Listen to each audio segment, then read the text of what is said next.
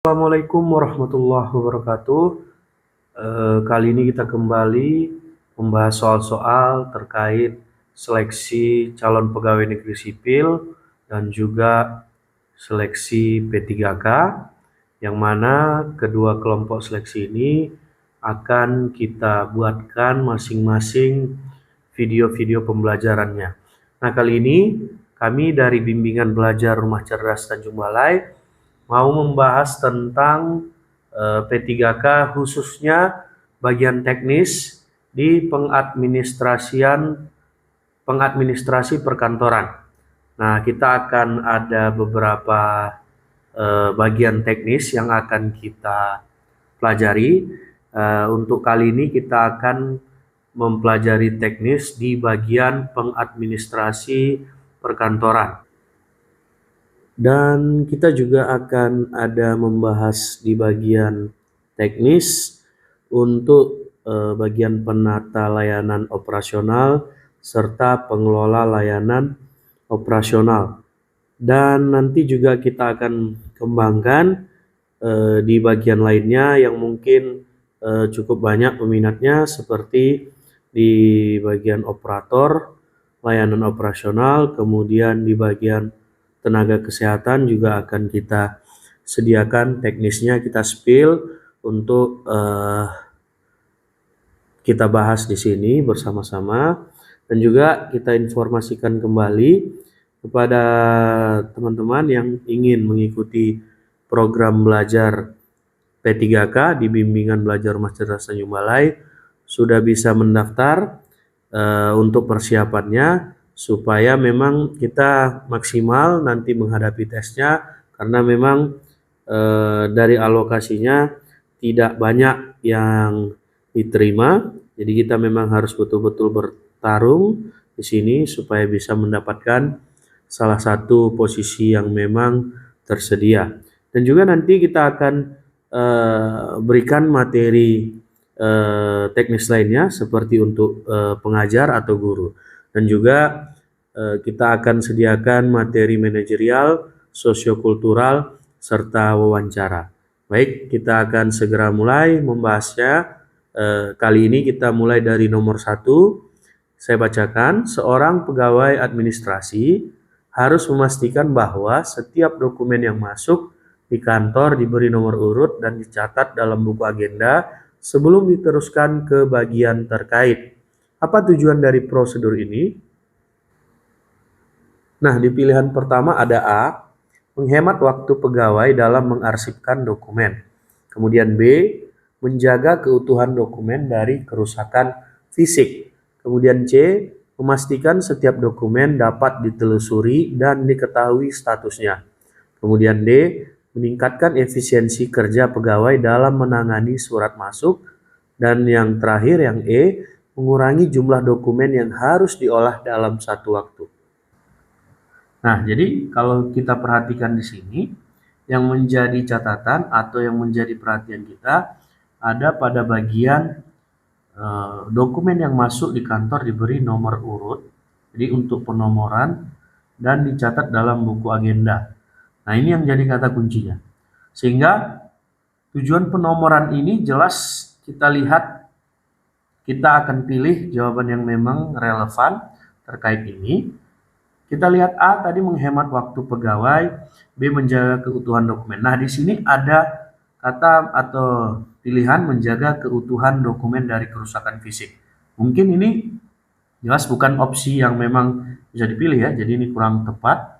Yang B, kemudian memastikan setiap dokumen dapat ditelusuri dan diketahui statusnya, kemudian meningkatkan efisiensi kerja pegawai dalam menangani surat masuk, dan yang terakhir mengurangi jumlah dokumen yang harus diolah dalam satu waktu. Nah, ini dari yang sekian banyak ini yang bisa kita buang, ini pilihan B, kemudian kita eliminasi pilihan E.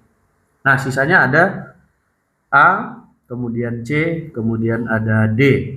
Nah, di sini di opsi A, menghemat waktu pegawai dalam mengarsipkan dokumen. Kemudian C, memastikan setiap dokumen dapat ditelusuri dan diketahui statusnya.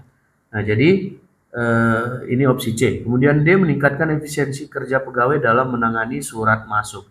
Nah, intinya sebelum kalimat lanjutan soal sebelum diteruskan ke bagian terkait. Nah, jadi di sini kita lihat tujuannya itu apa gitu kan, yang kaitannya penomoran kemudian dicatat dalam buku agenda sebelum diteruskan ke bagian yang terkait. Jadi pencatatan dokumen yang masuk dalam buku agenda dengan nomor urut itu bertujuan agar, ya kan, agar dokumen tadi dapat kita lihat asal usulnya, kita ketahui bagaimana alurnya, jalurnya dari mana, kan begitu. Nah, sehingga di sini tujuannya tadi supaya kita berikan nomor urut tadi agar dapat kita telusuri dengan mudah serta memudahkan kita dalam mengecek status dokumen pada hari-hari yang akan datang. Nah, ini penting untuk menjaga transparansi dan akuntabilitas dalam administrasi perkantoran. Sehingga jawaban yang benar dalam soal nomor 1 adalah opsi C. Ya. Jadi opsi C yang benar pada soal nomor 1. Kita lanjutkan ke soal nomor 2. Di sini dalam mengelola arsip, pegawai administrasi harus menyusun dokumen berdasarkan klasifikasi tertentu. Klasifikasi ini bisa berupa subjek, tanggal, atau nomor surat. Nah, pertanyaannya, mengapa pengklasifikasian ini penting, gitu ya? Jadi pilihan A di sini diberikan memudahkan proses pencarian dan pengambilan kembali dokumen saat dibutuhkan. Yang B, mengurangi jumlah dokumen yang harus disimpan. Yang C, memastikan dokumen tidak hilang selama proses penyimpanan. Yang D, membuat dokumen lebih rapi saat disusun dalam rak penyimpanan. Yang E, menghindari duplikasi dokumen dalam satu arsip. Nah, jadi kembali ini tentu penyusunan dokumen. Jadi penyusunan dokumen. Nah, berdasarkan bisa klasifikasi subjek, tanggal, dan nomor surat. Nah, di sini kita lakukan eliminasi, kita buang yang memang kira-kira kurang berhubungan dengan pertanyaan terkait penomoran ini tadi, atau mungkin pemberian klasifikasi berdasarkan hal-hal tertentu seperti subjek, tanggal, atau nomor surat. Di sini yang jelas bukan itu mengurangi jumlah dokumen yang harus disimpan. Nah, ini bukan ya. Jadi ini bukan bisa kita buang, kita eliminasi. Kemudian memastikan dokumen tidak hilang. Nah, ini juga terkait penyimpanan, lebih ke penyimpanan. Nah, kemudian dokumen lebih rapi bisa. Kemudian menghindari duplikasi juga tidak masih cukup berhubungan, tapi kita lihat yang mana yang paling benar ya. Jadi di sini untuk yang benar, tujuan dari pengklasifikasian dokumen itu memudahkan proses pencarian dan pengambilan kembali dokumen saat dibutuhkan. Sehingga dengan pengklasifikasian yang sistematis, pegawai dapat dengan cepat menemukan dokumen yang diperlukan tanpa membuang banyak waktu. Sehingga jawabannya opsinya yaitu opsi A ya.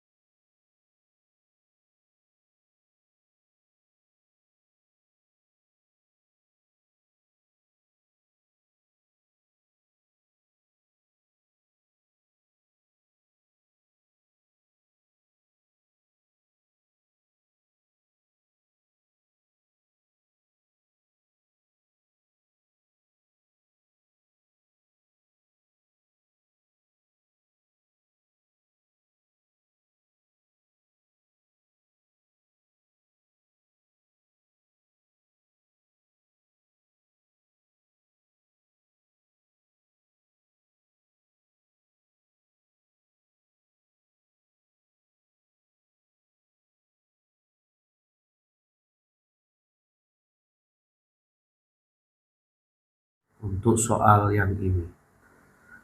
Kita lanjutkan di soal berikutnya. Ketika menerima telepon dari seorang klien, pegawai administrasi harus mencatat informasi penting seperti nama klien, nomor telepon, dan keperluan panggilan. Apa manfaat dari pencatatan informasi ini? Nah, jadi salah satu tugasnya tentu menerima panggilan masuk dan memproses panggilan tersebut. Nah, yang ditanyakan adalah ketika ada hal seperti ini, ada pencatatan detail informasi tentang panggilan tadi.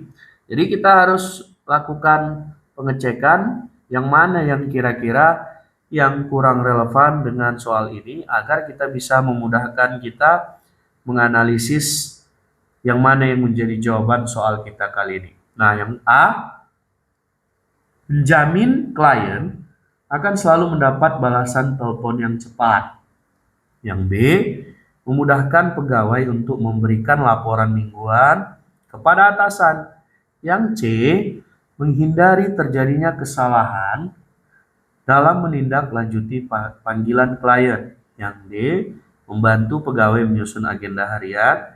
Yang E, memastikan semua telepon yang masuk terdokumentasi dengan baik. Nah, jadi keperluannya tadi tentu pencatatan informasi tadi yang urgensinya itu bisa tidak hanya terkait dengan untuk kebutuhan dokumentasi. Jadi ini kita langsung buang. Kemudian untuk menyusun agenda juga tidak terlalu relevan karena di sini ada untuk keperluannya gitu ya. Keperluannya, kemudian nomor telepon dan nama tadi. Nah, jadi intinya untuk memproses informasi tersebut, ya kan? Nah, kemudian ada laporan mingguan tidak terlalu relevan. Jadi di sini langsung saja kita pilih jawaban yang paling benar untuk soal ini, yaitu tujuan dari pencatatan tadi adalah untuk agar kita bisa memproses dengan tepat dan juga mengurangi kemungkinan kesalahan dalam merespon klien atau layanan kita terhadap klien. Jadi untuk pilihan kali ini yang menjadi pilihan jawabannya adalah opsi C, menghindari terjadinya kesalahan dalam menindaklanjuti panggilan klien. Itu untuk soal yang ini. Kita lanjutkan, seorang pegawai administrasi diminta untuk menyusun surat undangan rapat. Apa yang harus diperhatikan pegawai dalam menyusun surat tersebut agar sesuai dengan standar administrasi? Ada pilihan A, yaitu menyusun surat dengan bahasa formal dan mencantumkan agenda rapat secara jelas. Yang B, menggunakan bahasa yang menarik agar undangan terlihat lebih profesional. Yang C, menuliskan alamat penerima dengan huruf kapital agar lebih jelas terbaca. Yang D, mengirimkan surat dengan lampiran tambahan agar penerima memahami konteks rapat. Yang E, memastikan surat dikirim minimal 1 hari sebelum rapat berlangsung. Jadi catatannya di sini apa yang harus diperhatikan, ya kan, dalam menyusun surat. Nah, tujuannya apa? Standar sesuai dengan standar administrasi. Jadi sesuai dengan standar administrasi ini yang jadi penting, ya kan? Nggak bisa kita memilihnya itu hanya karena apa yang harus diperhatikan pegawai dalam menyusun surat saja. Nah, catatannya ada di pertanyaan atau frase sesuai dengan standar administrasi. Nah, maka yang sesuai dengan standar administrasi tentu tidak hanya misalnya ini, memastikan surat dikirim. Nah, ini tidak hanya ini ya, ini hal yang kesekian gitu. Nah, menuliskan alamat penerima dengan huruf kapital juga kurang tepat. Mengirimkan surat dengan lampiran tambahan agar penerima memahami konteks ini juga. Nah, jadi di sini yang bisa kita pilih salah satunya atau mungkin yang menjadi jawaban di sini soal kali ini yaitu tujuan yang sesuai dengan standar administrasi tadi yang mau kita perhatikan adalah yaitu penggunaan bahasa formal dan mencantumkan agenda rapat dengan jelas. Nah, jadi ini. Nah, sedikit mengecoh mungkin di bagian B, menggunakan bahasa yang menarik agar undangan terlihat lebih profesional, ya kan?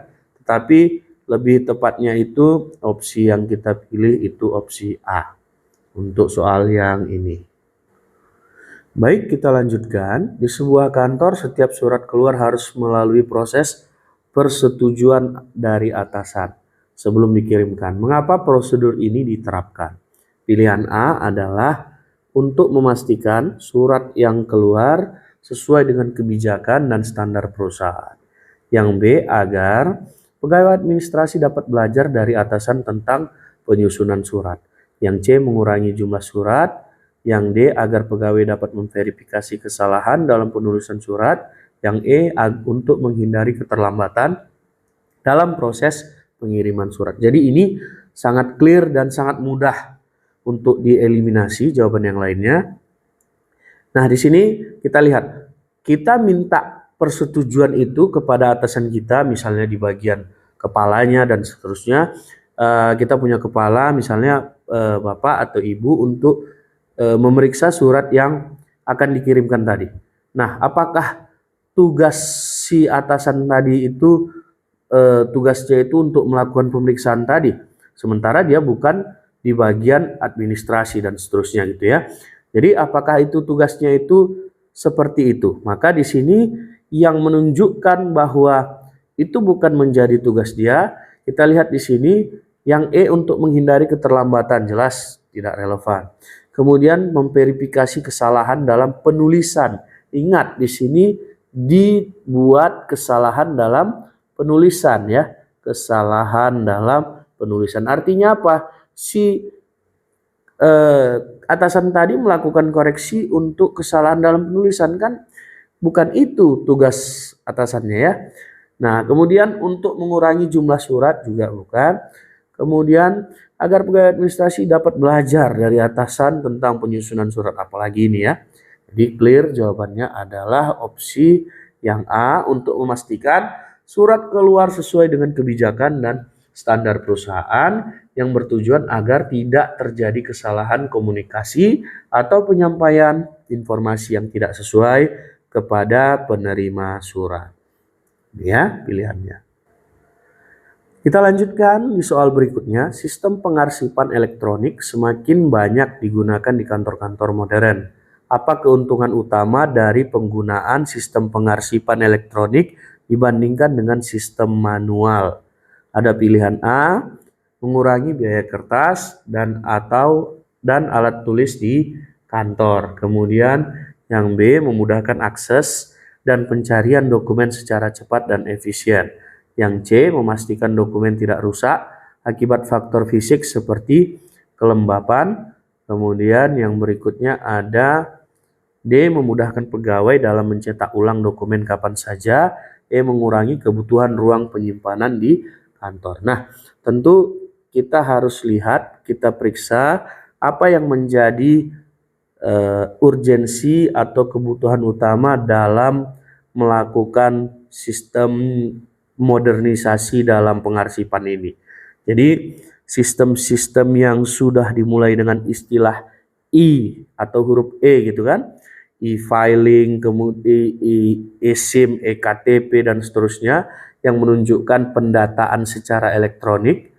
Nah, pengarsipan juga seperti itu. Jadi kita ada sistem filing elektroniknya yang bertujuan tentu banyak hal manfaat dan tujuannya sebenarnya gitu ya.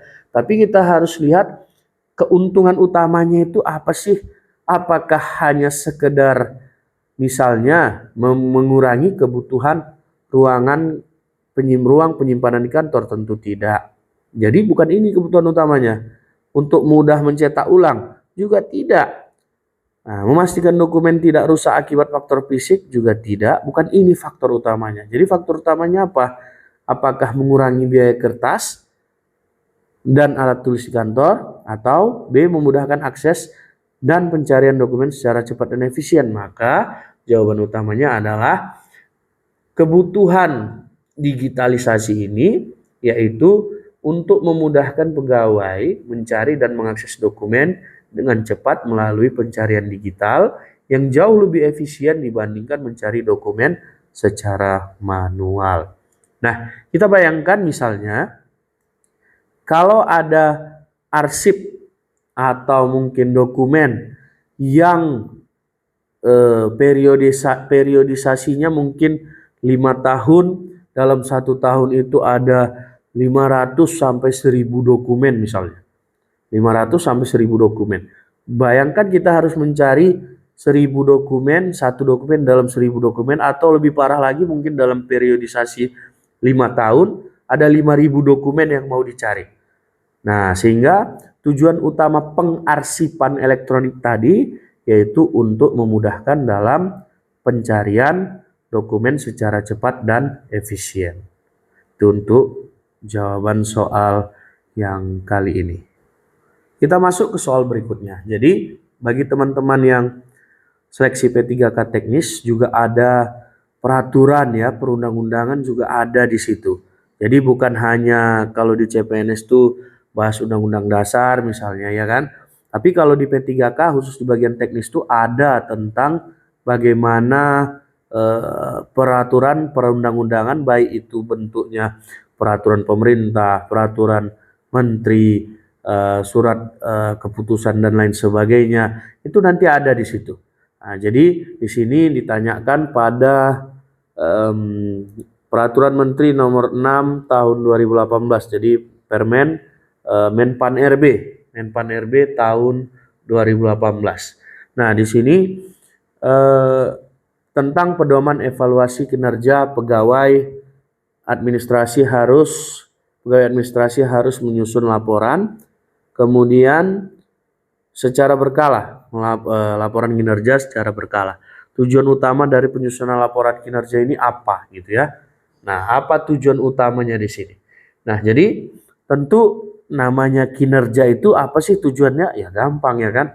Apakah hanya untuk mengetahui kehadiran? Jelas bukan dari sini saja. Nah, ini bukan jadi pilihan ya. Untuk memastikan dapat tunjangan. Nah, tujuannya tadi pedoman evaluasi. Nah, udah jelas lah ya, udah kelihatan opsi yang kita pilih yaitu opsi C.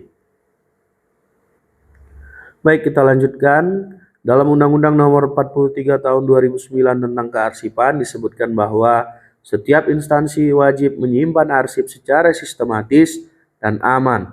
Apa yang harus dilakukan oleh pegawai administrasi untuk memenuhi ketentuan ini? Nah, pilihannya diberikan A, menyusun arsip berdasarkan abjad tanpa memperhatikan kategori. Kemudian yang B, menggunakan sistem pengarsipan elektronik untuk mengurangi penggunaan kertas. Yang C, menyimpan arsip di tempat terbuka agar mudah diakses oleh siapa saja. D, mengunci arsip dalam lemari besi untuk menjaga kerahasiaan dan keamanannya. E, mengatur arsip berdasarkan tanggal pembuatan tanpa memperhatikan isi dokumen. Nah, salah satu langkah eliminasi itu bisa kita perhatikan dari adanya kelemahan, minus, kecacatan dalam kalimat tersebut yang mungkin dapat jadi pedoman kita mengurangi skornya. Kita lihat di sini ada kata tanpa memperhatikan kategori. Kemudian untuk penggunaan kertas, tadi sebelumnya kita sudah bahas bahwa tujuannya tadi tidak hanya untuk penyimpanan, penggunaan kertas dan seterusnya. Tidak hanya itu. Kemudian ini di tempat terbuka, jelas bukan. Kemudian berdasarkan tanpa memperhatikan isi. Jadi di sini clear jawabannya adalah opsi D, yaitu mengunci arsip dalam lemari besi untuk menjaga kerahasiaan dan keamanannya. Jadi berdasarkan tujuan tadi yang utama ditanyakan soal, yaitu setiap instansi wajib menyimpan secara sistematis dan aman ya. Jadi itu untuk soal yang ini. Di soal kali ini kita ada soal ketika menerima tamu di kantor, pegawai administrasi harus mencatat identitas tamu. Jadi identitas tamu dan tujuan kunjungannya. Nah, tujuannya ini apa? Pencatatannya ini kita lihat di sini opsi A, memastikan bahwa setiap tamu yang datang dapat dilayani dengan baik. Kemudian B, menjaga keamanan dengan mengetahui identitas setiap orang yang masuk ke kantor. Yang C, menghindari tamu datang tanpa jadwal yang telah ditentukan. Yang D, menyusun laporan kehadiran tamu untuk evaluasi mingguan. Kemudian yang E, memastikan tamu dapat sambutan yang ramah dari semua pegawai. Jadi, apakah pencatatan tujuan yang E? Jelas bukan ya. Jelas bukan. Juga memastikan bahwa setiap tamu yang datang dapat dilayani dengan baik juga bukan tujuan dari pencatatan ya. Kemudian menghindari tamu tanpa jadwal, kemudian menyusun laporan kehadiran tamu untuk evaluasi mingguan bukan tujuan utama. Jadi yang menjadi tujuan utamanya adalah yaitu menjaga keamanan dengan mengetahui identitas setiap orang yang masuk ke kantor. Ini jawaban soal kita kali ini. Baik, kita lanjutkan ke soal berikutnya. Dalam rapat internal kantor, pegawai administrasi diminta untuk membuat notulen. Apa elemen penting yang harus ada dalam notulen rapat tersebut? Jadi dalam catatan tersebut apa yang penting untuk kita catat ya, apa yang penting untuk dicatatkan. Nah, khusus soal ini kita lihat jelas banyak yang menjadi minus atau kecacatan atau yang membuat poin dalam pilihan tersebut berkurang. Salah satunya di sini ada daftar hadir pegawai tanpa mencatat waktu. Kata-kata tanpa di sini menunjukkan kecatatannya. Begitu juga yang C. Begitu juga yang B gitu ya. Nah, jadi ada kelemahan di situ. Maka kita bisa mengurangi potensi salah kita dengan mengeliminasi tadi pilihan A, pilihan B, pilihan C dan pilihan D. Ini kita eliminasi secara langsung. Tinggal kita ambil yang pilihan antara A atau E kira-kira. Nah, jadi yang urgensi yang penting atau yang utama yang mau dibuat atau dicantumkan dalam notulensi kita adalah opsi A, yaitu waktu dan tempat rapat serta keputusan yang diambil. Jadi itu untuk jawaban soal yang ini. Baik, soal berikutnya dalam Peraturan Menteri Keuangan nomor 113 garis miring PMK titik 05 garis miring 2012 tentang pengelolaan perjalanan dinas pegawai administrasi bertugas menyusun administrasi perjalanan dinas pegawai. Apa yang harus diperhatikan pegawai administrasi saat menyusun anggaran dinas perjalanan? Jadi catatannya selain di sini Peraturan Menteri Keuangan, jadi Peraturan Menteri Keuangan bukan disebutnya Peraturan Menteri Menpan RB misalnya atau Menteri Dalam Negeri misalnya, tetapi Menteri Keuangan. Nah, terlebih di sini dicantumkan juga saat menyusun anggaran perjalanan dinas. Jadi di sini udah clear ya, clear yang memang mau diutamakan yaitu tentang bagaimana penganggaran tadi. Apakah A hanya mencantumkan biaya transportasi tanpa memperhitungkan biaya akomodasi jelas salah. B, memastikan anggaran sesuai dengan standar biaya yang ditetapkan pemerintah. C, menambah anggaran cadangan untuk keperluan pribadi. Ini udahlah ya, jelas salah. Kemudian D, mengurangi jumlah hari perjalanan untuk menekan biaya. Ini juga kurang tepat. Yang E, mengajukan anggaran perjalanan lebih besar dari yang dibutuhkan untuk mengantisipasi kekurangan. Nah, ini juga salah. Jadi yang tepat adalah opsi B. Ini ya. Kita lanjutkan. Menurut peraturan pemerintah Peraturan Presiden nomor 54 tahun 2010 tentang pengadaan barang atau jasa pemerintah, setiap pengadaan barang di kantor harus melalui prosedur yang jelas dan transparan. Apa yang harus dilakukan pegawai administrasi untuk memastikan proses pengadaan berjalan sesuai dengan peraturan? Jadi di sini kata kuncinya adalah prosedur yang jelas dan transparan. Jadi kita lihat yang memang bertentangan dengan konsep ini yang untuk kita eliminasi. Nah, jadi di sini ada A, menghubungi vendor tanpa melalui proses lelang untuk mempercepat pengadaan. Nah, salah ya. Salah. Jadi prosedurnya harus jelas. Nah, kemudian yang B, membuat laporan tertulis setiap tahap pengadaan untuk memastikan akuntabilitas bisa. C, mengajukan pengadaan hanya pada vendor yang memiliki hubungan baik, jelas salah. Kemudian D, menunggu perintah atasan sebelum melakukan pengadaan barang. Nah, ini transparansi itu di situ ada. Nah, kemudian yang E menggunakan dana pribadi jelas salah. Jadi pilihan yang bisa kita pilih untuk soal kali ini adalah membuat laporan tertulis setiap tahapan pengadaan untuk memastikan akuntabilitas. Baik, berikutnya ada soal sesuai Peraturan Menteri Dalam Negeri nomor 13 tahun 2006 tentang pedoman pengelolaan keuangan daerah administrasi perkantoran harus dikelola dengan prinsip akuntabilitas dan transparansi. Bagaimana pegawai administrasi dapat memastikan hal ini dalam penyusunan laporan keuangan? Nah, di sini kita harus lihat pilihannya ada A, hanya mencatat transaksi yang melibatkan atasan langsung. Jelas tidak ya. Jadi pembatasan ini yang sifatnya seperti ini jelas bukan jawaban. Kemudian kita lihat pilihan B, menyusun laporan keuangan berdasarkan perkiraan tanpa bukti pendukung. Nah, ini jelas juga bukan. Yang C, mengikuti standar akuntansi yang berlaku dan melampirkan bukti setiap transaksi bisa. Yang D, mengatur laporan keuangan sesuai keinginan pegawai untuk mempermudah, jelas juga salah. Kemudian menyusun laporan hanya ketika ada audit eksternal, jelas salah. Jadi opsi yang benar yang bisa kita pilih adalah opsi C ya untuk soal yang ini. Dalam proses pembuatan laporan bulanan, pegawai administrasi perlu mengumpulkan data dari berbagai departemen. Apa langkah awal yang harus dilakukan pegawai untuk memastikan kelancaran proses tersebut? Yang A, mengirimkan permintaan data secara tertulis kepada setiap departemen dengan tenggat waktu yang jelas. Kemudian yang B, mengumpulkan data dari departemen yang paling mudah diakses terlebih dahulu. Yang C, menghubungi atasan untuk meminta bantuan dalam mendapatkan data yang diperlukan.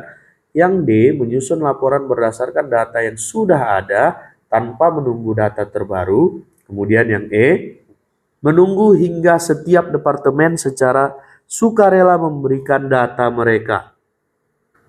Jadi yang menjadi catatan di sini adalah perlu mengumpulkan data dari berbagai departemen. Kemudian yang berikutnya langkah awal untuk memastikan kelancaran proses. Ini yang kita garis bawahi untuk soal nomor 14 kali ini ya. Di sini ada opsi-opsinya sudah dibacakan. Maka kita harus melihat berdasarkan pilihan tadi yang menjadi jawaban soal kita kali ini. Nah, jelas tidak hanya menunggu, ini jelas salah. Kemudian menyusun laporan yang sudah ada tanpa menunggu data terbaru juga salah. Menghubungi atasan untuk mendapatkan data yang diperlukan, mengumpulkan data dari departemen paling mudah diakses terlebih dahulu. Jadi di sini yang jelas adalah untuk efektivitas pengadministrasian, yaitu mengirim permintaan data secara tertulis kepada setiap departemen dengan tenggat waktu yang jelas, agar dengan tenggat waktu yang jelas tadi memungkinkan setiap departemen mempersiapkan data yang diminta dengan baik, sehingga pegawai administrasi dapat mengumpulkan informasi yang dibutuhkan secara cepat, secara tepat, dengan waktu dan sistematis. Jadi itu jawabannya untuk soal yang ini. Saat melakukan pencatatan inventaris kantor, pegawai administrasi menemukan beberapa barang yang sudah rusak. Nah, apa tindakan yang kita ambil sebagai seorang pegawai administrasi dalam situasi seperti ini? Apakah A, membuang barang rusak tanpa dokumentasi lebih lanjut? Yang B, melaporkan pada atasan? Kemudian C, memperbaiki barang rusak sendiri, menyimpan barang tersebut secara terpisah, kemudian mengganti barang tersebut yang baru tanpa melibatkan atasan. Jadi di sini pilihan yang paling tepat adalah melaporkan bahwa kondisi barang tersebut kepada atasan dan mencatatnya dalam laporan inventaris. Nah, sedangkan yang lain di sini jelas ini salah. Misalnya yang A, membuang tanpa dokumentasi, itu kata kuncinya tanpa dokumentasi. Kemudian memperbaiki sendiri, ini tidak tugas kita ya, seperti itu ya. menyimpan barang tersebut secara terpisah tanpa mencatatnya, kemudian mengganti tanpa melibatkan dengan atasan. Nah, ini juga salah atau tidak tepat dilakukan dalam hal inventaris barang yang memang sudah rusak. Nah, jadi ini untuk beberapa soal bagian teknis P3K, bagian pengadministrasi perkantoran. Jadi untuk selanjutnya kita ada topik-topik lainnya dan juga bagian-bagian lainnya yang memang kebetulan dibuka atau memang tersedia lowongannya pada seleksi P3K kali ini. Adapun topik materi teknis lainnya yang akan kita bahas berikutnya dan juga tentunya akan tersedia di bagian materi belajar kita di bimbingan belajar Rumah Cerdas Tanjung Balai, diantaranya teknis untuk pengelola layanan operasional, kemudian penata layanan operasional, operator layanan operasional, dan juga yang ini tadi pengadministrasi perkantoran, tenaga kesehatan seperti bidan, perawat, apoteker, dan juga administrator kesehatan, serta tenaga pengajar atau guru di bagian kependidikan. Jadi nanti memang kita bagi-bagi lagi sektornya sesuai dengan porsi yang memang tersedia atau dibuka khusus untuk Kota Tanjung Balai.